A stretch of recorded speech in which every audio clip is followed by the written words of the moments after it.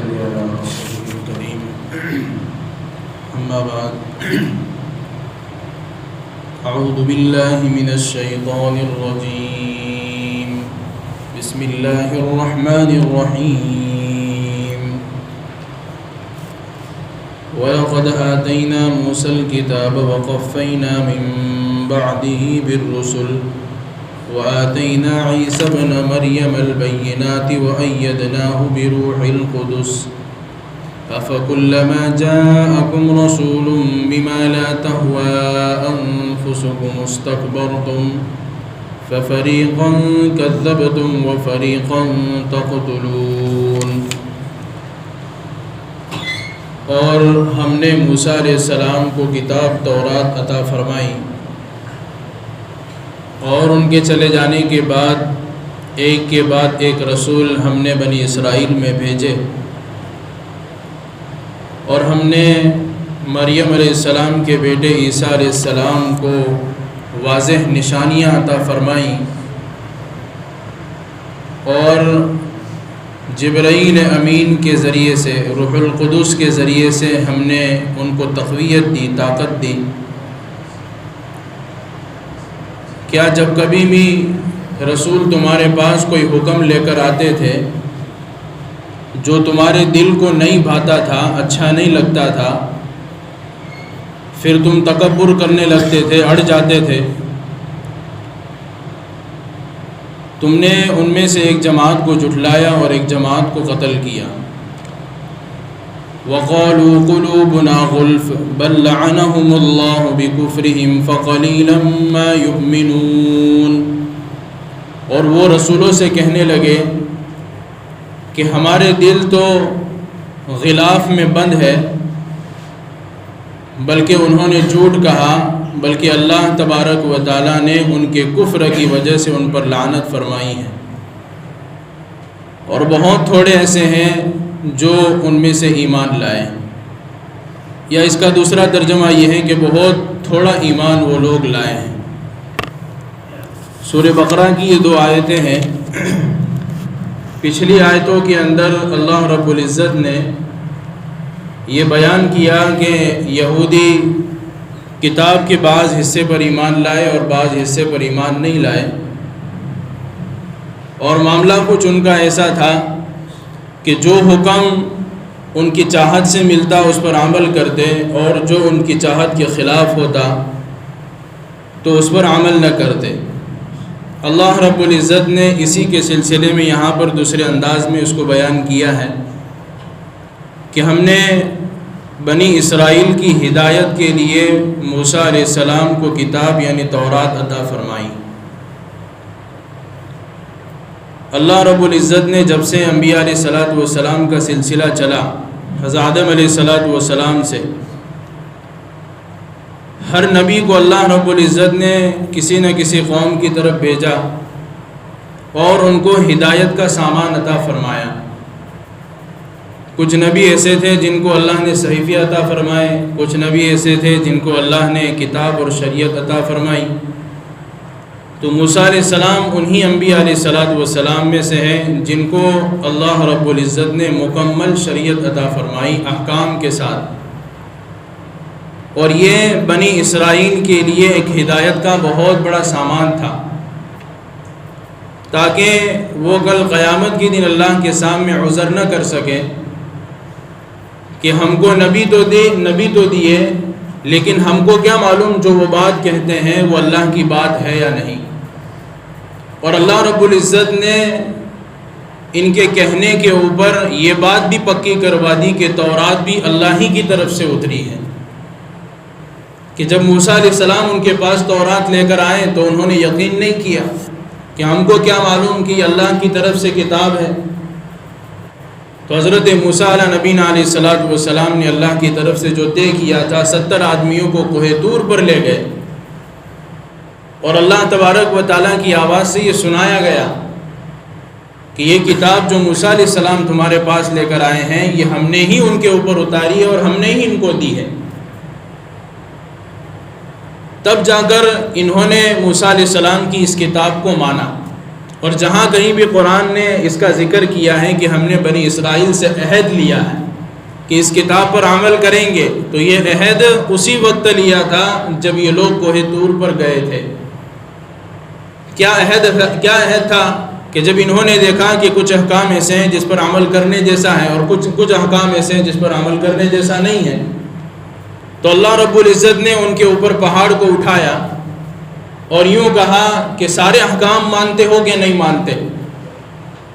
تو پھر انہوں نے اس وقت عہد کر لیا تھا اللہ سے پکا اور سچا کہ ہم سارے احکام ماننے کے لیے تیار ہیں۔ تو یہ جہاں کہیں بھی اخذنا میثاقکم کہ ہم نے بنی اسرائیل سے عہد لیا، وہ عہد یہی مراد ہے۔ تو یہ کتاب اللہ رب العزت نے بنی اسرائیل کو اس لیے عطا فرمائی تاکہ یہ ان کی ہدایت کا سامان بنے۔ یہ کل اللہ کے سامنے یہ نہ کہہ سکیں کہ ہمارے پاس کوئی نبی آیا تو تھا لیکن کتاب ان کے پاس نہیں تھی۔ بس یہی سبق جو ہے اللہ رب العزت ہم کو بھی دے رہے ہیں کہ ہم نے بھی تمہارے پاس نبی بھیجا اور تمہارے لیے بھی ہدایت کا سامان ہم نے اس قرآن کریم کو قرار دیا ہے، جس کو قرآن کریم کے شروع کے اندر ہی بیان فرمایا ھدی للمتقین، دوسری جگہ فرمایا ھدی للناس، لوگوں کے لیے ہدایت ہے۔ اور صرف یہ قرآن ہی ہدایت کی کتاب نہیں ہے، اللہ نے ہدایت کے اور کئی سامان اس امت کو عطا فرمائے، اس میں سے نبی بھی ہے، اس میں سے اللہ کے نبی علیہ الصلوۃ والسلام کے قول اور آپ کے افعال بھی ہیں، جس کے ذریعے سے آدمی اپنی ہدایت کو ڈھونڈ سکتا ہے، اس پر عمل کر کے ہدایت کے راستے پر چل سکتا ہے۔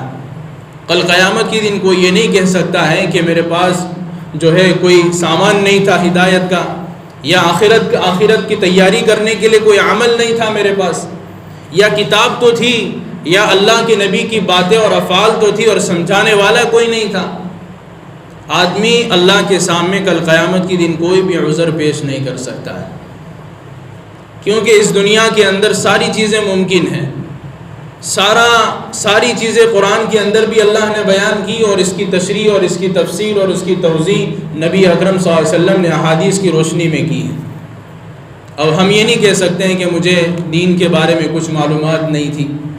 ہم دنیا کے لیے اور دنیا کی معلومات حاصل کرنے کے لیے ہزاروں لوگوں سے ملتے ہیں، اس سے نہیں پتہ چلتا تو اس آدمی کے پاس جاتے ہیں، اس سے نہیں پتہ چلتا تو دوسرے آدمی کے پاس جاتے ہیں، لیکن اس کو معلوم کر کے رہتے ہیں۔ حتیٰ کہ گھر کے اندر کوئی چھوٹی سے چھوٹی چیز ہم کو خریدنی ہو تو ہم 10-15 لوگوں سے مشورہ لیتے ہیں کہ کون سی چیز خریدنی چاہیے، کون سی کمپنی کی خریدنی چاہیے، لیکن دین کے بارے میں ہم معلومات نہیں لیتے ہیں۔ ہم جو ہے مسئلہ دریافت نہیں کرتے ہیں کہ یہ مسئلہ صحیح ہے یا غلط ہے، میں جو عمل کرنے جا رہا ہوں یہ غلط ہے، صحیح ہے، جائز ہے، ناجائز ہے، حرام ہے، حلال ہے۔ تو اللہ رب العزت ہمیں اس کے ذریعے سے یہ سبق دیتے ہیں۔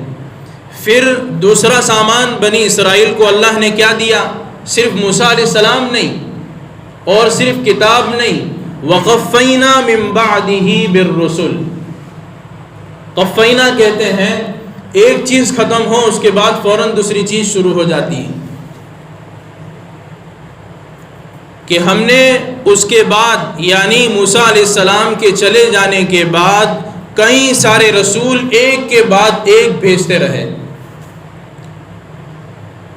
حضرت ابراہیم علیہ السلام اور ان کے 2 بیٹے تھے، حضرت اسحاق اور حضرت اسماعیل۔ پھر حضرت اسحاق کے اندر بہت بڑی نسل چلی اور اسی کے اندر بہت سارے انبیاء علیہ السلام آئے۔ حضرت اسحاق علیہ السلام کے بیٹے حضرت یعقوب علیہ السلام، جن کا دوسرا نام اسرائیل بھی ہے۔ پھر حضرت اسحاق علیہ السلام کے بیٹے حضرت یوسف علیہ السلام، حضرت بنیامین علیہ السلام، اور کئی سارے انبیاء علیہ السلام بنی اسرائیل کے اندر آئے۔ حضرت زکریہ علیہ السلام، حضرت یحییٰ علیہ السلام، پھر حضرت موسیٰ علیہ السلام، آخر کے اندر جو حضرت بنی اسرائیل کے اندر نبی آئے حضرت عیسیٰ علی نبینا علیہ السلام۔ پھر حضرت ابراہیم علیہ السلام کے جو دوسرے بیٹے تھے حضرت اسماعیل، ان کی نسل سے اللہ کے نبی علیہ الصلاۃ والسلام آئے، اور اسی وجہ سے یہودی اللہ کے نبی علیہ الصلاۃ والسلام پر ایمان نہیں لائے۔ ان کو یہ خیال تھا کہ اتنے سارے نبی جب ہمارے خاندان میں سے آئے ہیں تو آخری نبی بھی ہمارے خاندان میں سے ہی آئیں گے، اور آنے بھی چاہیے۔ لیکن اللہ رب العزت نے معاملہ تھوڑا سا الٹ کر دیا۔ بنی اسماعیل کے اندر سے اللہ کے نبی علیہ الصلاۃ والسلام کو بھیجا، اور اسی وجہ سے یہ لوگ اللہ کے نبی پر ایمان نہیں لائے، اور قرآن کا ان لوگوں نے انکار کر دیا۔ قرآن کے ساتھ ان لوگوں نے کیا مذاق کیا، آگے اللہ تبارک و تعالیٰ اس کا بھی ذکر کریں گے۔ تو اللہ رب العزت آگے فرماتے ہیں وَقَفَّيْنَا مِن بَعْدِهِ بِالرُّسُلِ، کہ ہم نے اس کے بعد پے در پہ ایک کے بعد ایک چلا جاتا تھا، دوسرا آتا تھا، دوسرا چلا جاتا تھا، تیسرا آتا تھا، حتیٰ کہ بالرسل کے تفسیر کے اندر حضرت مفتی سعید احمد صاحب پالنپوری رحمۃ اللہ علیہ نے اپنی کتاب تفسیر کتاب کے اندر ہدایت القرآن کے اندر یہ بات لکھی ہے کہ بنی اسرائیل کے اندر 4000 انبیاء علیہ الصلاۃ والسلام آئے۔ 4000 انبیاء علیہ الصلاۃ والسلام ان کو سمجھانے کے لیے آئے، ان کی ہدایت کے لیے آئے، کہ ان کو صحیح راستہ بتاتے تھے۔ بتاؤ اتنی سارا ہدایت کا سامان کس قوم کے لیے اور کس کے لیے اللہ رب العزت کر رہے ہیں؟ پھر آگے اللہ رب العزت فرماتے ہیں ان کی ہدایت کا آخری سامان جو ہم نے مہیا کیا، وَآتَيْنَا عِيسَى ابْنَ مَرْيَمَ الْبَيِّنَاتِ، کہ ہم نے آخری نبی جو بنی اسرائیل کے آئے ہیں وہ حضرت عیسیٰ ابن مریم ہیں، کہ جن کو ہم نے واضح نشانیاں عطا فرمائی تھی، کہ اس سے پہلے تو نبی آئے تھے ان کے پاس، موسیٰ علیہ السلام نے بھی ان کے پاس بھی واضح نشانیاں تھیں، واضح احکام تھے۔ اسی طریقے سے حضرت عیسیٰ علیہ نبینا علیہ الصلاۃ والسلام کو بھی اللہ نے کتاب کے ساتھ، انجیل کے ساتھ دنیا کے اندر اتارا،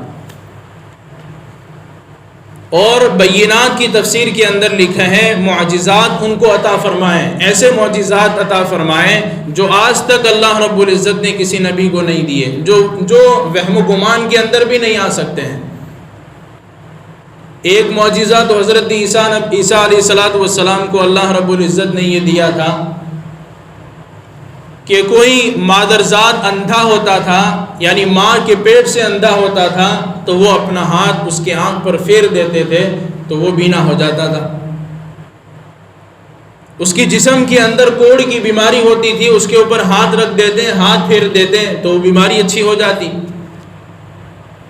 حتیٰ کہ قبر کے اندر سے مردوں کو زندہ کھڑا کر لیا کرتے تھے۔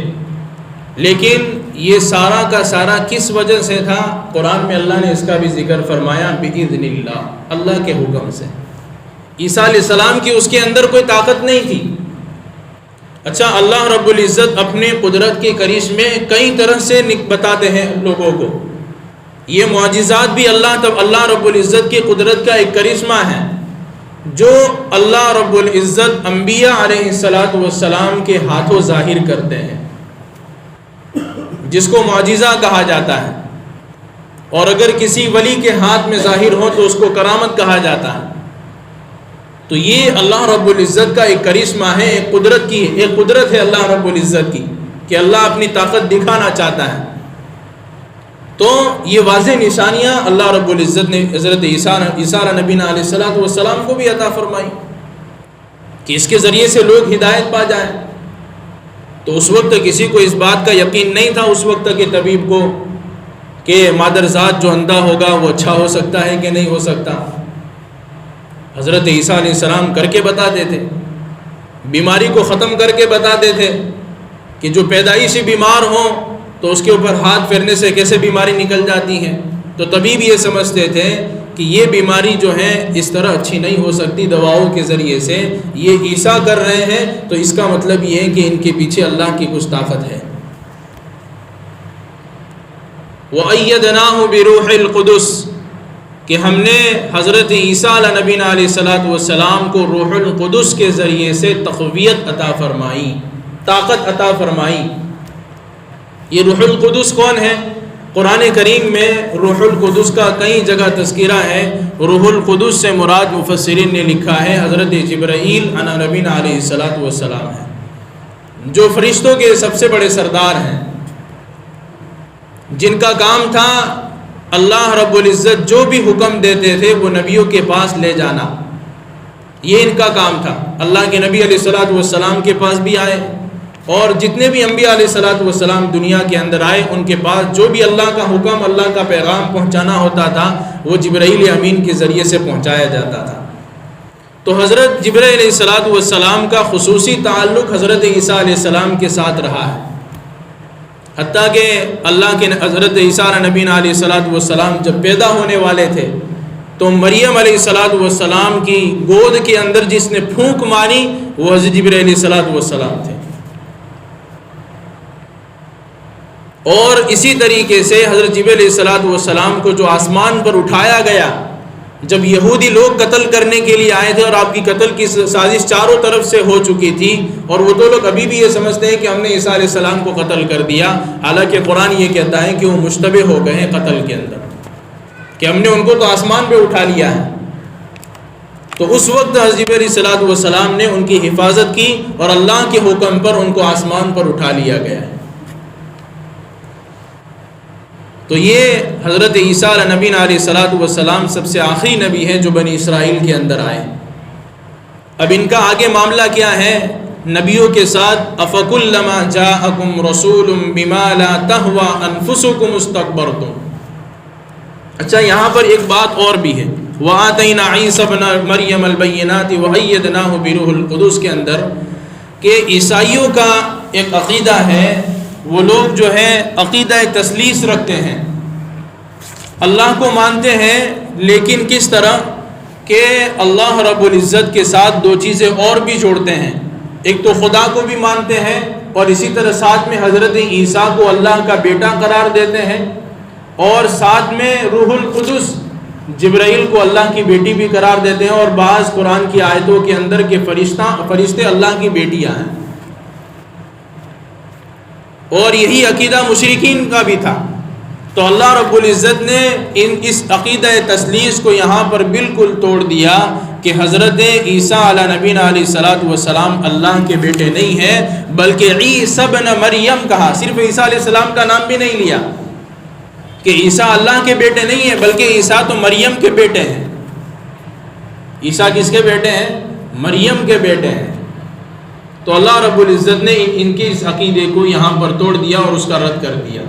افکلما جاءکم رسول بما لا تہوی انفسکم استکبرتم، کیا ایسا نہیں ہوا کہ تمہارے پاس جب بھی رسول کوئی حکم لے کر آتے اور وہ حکم تمہارے دل کی چاہت والا نہ ہوتا، یعنی تمہارے دل کو نہ بھاتا، استکبرتم، تم تکبر کرنے لگے اور اڑ گئے اور تم نے اس کو نہیں مانا۔ یعنی ان کا معاملہ ایسا تھا کہ جب بھی رسول کوئی حکم لے کر آتا تو یہ دیکھتے ہیں کہ ہمارے دل سے چھوتا ہے کہ نہیں چھوتا، یعنی ہم کو اچھا لگتا ہے کہ نہیں لگتا اس حکم پر عمل کرنے میں۔ اگر ہم کو اچھا لگتا ہے تو پھر عمل کرتے ہیں، اور اگر اچھا نہیں لگتا ہے تو تکبر کرنے لگتے ہیں۔ اور یہ تکبر اتنی بڑی بیماری ہے کہ آدمی کو کفر تک پہنچا دیتی ہے۔ تکبر اتنی بڑی بیماری ہے کہ آدمی کو کفر تک پہنچا دیتی ہے۔ یہ آدمی کو ہر ایک حق بات سے جھٹلا کر اس کو دور کر دیتی ہے اور جہنم والے راستے پر ڈال دیتی ہے۔ یہی ان کا معاملہ تھا یہاں پر۔ اسی لیے جب ان کو حکم دیا گیا کہ سنیچر کے دن تم کو مچھلی نہیں پکڑنی ہے، ہفتے کے دن، تو کیا کرتے تھے؟ پہلے دن جو ہے جال ڈال دیتے تھے اور کہتے تھے کہ ہم نے سنیچر کو تو نہیں پکڑی، جال پہلے ڈال دیتے اور اس کے اندر مچھلی آ جاتی تھی، دوسرے دن اس کو اٹھا لیتے تھے۔ گویا اللہ کے حکم کے اندر عمل کرنے میں توڑ مڑوڑ کر اس پر عمل کرتے تھے، جس طرح چاہتے تھے اس پر عمل کرتے تھے۔ اور اللہ رب العزت نے اس آیت کے ذریعے سے یہ سمجھایا، اور مفسرین نے اس کو بیان کیا ہے کہ رسول تو چلے گئے، لیکن اب رسولوں کے بعد جو ان کے وارثین علماء ہیں، تمہارے پاس اگر کوئی بات وہ لے کر آتے ہیں قرآن اور حدیث کی روشنی میں، تو بہت سارے لوگ معاشرے کے اندر ایسے ہیں کہ وہ اس بات کو مانتے ہیں جس کا ان کا دل چاہتا ہے، اور اس بات کو ٹھکرا دیتے ہیں جس کا ان کا دل نہیں چاہتا ہے.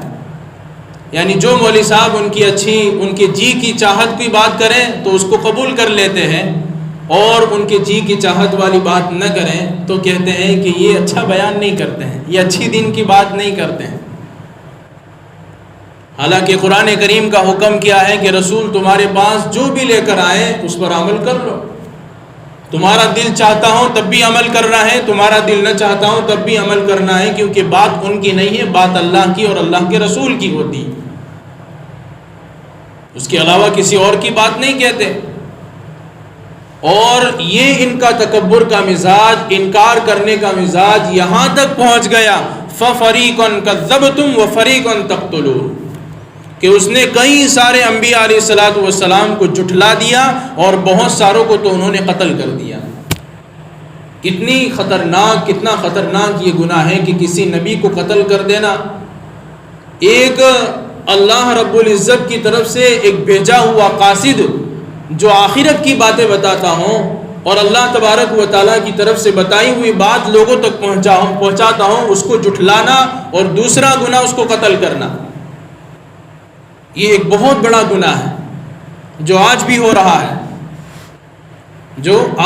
رہا ہے کہ اگر جاننے والے علماء اگر کوئی بات بیان کرتے ہیں تو اگر کسی کو اچھی نہیں لگتی ہے تو اس پر برا کمنٹس کرتا ہے، اس کے اوپر برا تذکرہ کرتا ہے کہ یہ چیز کیسی، فلاں چیز کیسی، یہ بیان کی، یہ نہیں ہونا چاہیے.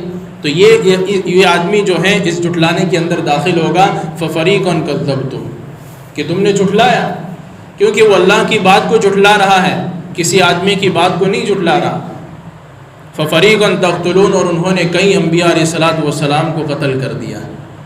یہ تکبر جو ہے آدمی کو وہاں تک پہنچا دیتا ہے، صرف جھٹلانے کی حد تک نہیں رکھتا، بلکہ آدمی کی جان کو لینے کا بھی خطرہ اس کے اندر داخل ہے. حتیٰ کہ انہوں نے حضرت زکریا علیہ نبینا علیہ الصلوۃ والسلام کو قتل کیا، آرے سے ان کو چیرا گیا. حضرت یحییٰ علیہ السلام کو انہوں نے قتل کیا. اسی طرح ان کے اندر ایک اور نبی آئے تھے حضرت یسیع، ان کو بھی انہوں نے قتل کیا. یہ تو ایک دو کے تذکرے ہیں، بلکہ اللہ کہتے ہیں وَفَرِيقًا تَقْتُلُونَ ایک جماعت کو انہوں نے قتل کیا ہے. جماعت کس کو کہتے ہیں؟ ایک جماعت کو قتل کیا، انبیاء علیہ الصلوۃ والسلام کی وہ بھی. تو یہ ایک بہت بڑا گناہ ہے، اللہ ہم سب کی حفاظت فرمائے. پھر آگے کیا کہتے ہیں؟ رسولوں سے بڑے دھڑلے سے کہتے ہیں وَقَالُوا قُلُوبُنَا غُلْفٌ کہتے ہیں کہ ہمارے دل تو غلاف کے اندر بند ہے، جو تم باتیں بیان کرتے ہو اللہ تبارک و تعالیٰ کی طرف سے وہ ہمارے دل میں اترتی نہیں ہے. ہمارے دل تو غلاف کے اندر، پردے کے اندر بند ہے، وہ ہماری اندر دل کے اندر بات اترتی نہیں ہے. تو مفسرین نے اس کے دو مطلب بیان کیے. غلف کا مطلب یہ ہے کہ یا تو پردے میں پڑے ہوئے ہیں، بند ہیں، اور دوسرا جو ہے مطلب یہ بیان فرمایا ہے کہ یہ لوگ یوں کہنا چاہتے ہیں کہ ہمارے دل جو ہے علم اور معارف سے بھرے ہوئے ہیں، اس لیے ہم کو تمہاری بات کی ضرورت نہیں ہے، تمہاری بات کو ہم کو ضرورت نہیں ہے. تو اللہ رب العزت کہتے ہیں کہ یہ جھوٹ بولتے ہیں. کیا کہتے ہیں؟